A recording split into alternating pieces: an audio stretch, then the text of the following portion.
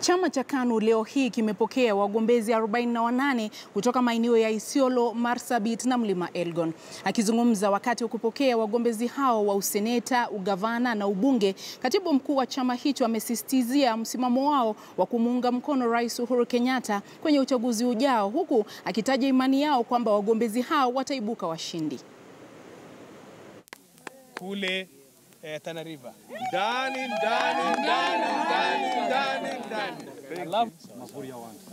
Tuko ndani.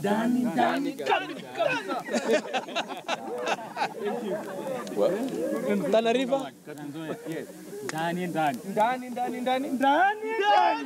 I want to welcome you, and I know that you will deliver the respective seats that you have decided that you're going to vie, and we expect that the KANU of yesteryears is not the KANU of after the August election. We'll be a bigger house, we'll have grown.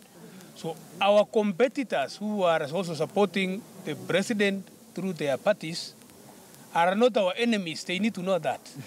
And if there is one who is equipped with missiles to fight us, that fellow should be told to lay down his or her tools, because we are not enemies. And in any case, Kenya is a sovereign state, which is a peaceful nation. Elections come and go.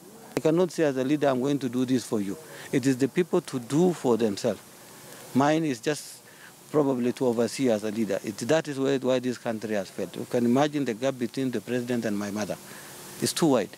We want to end the conflict that we've experienced, and we can only end this by bringing together all the communities. And this is the only coalition that is in the race that has the face of Marsabit County.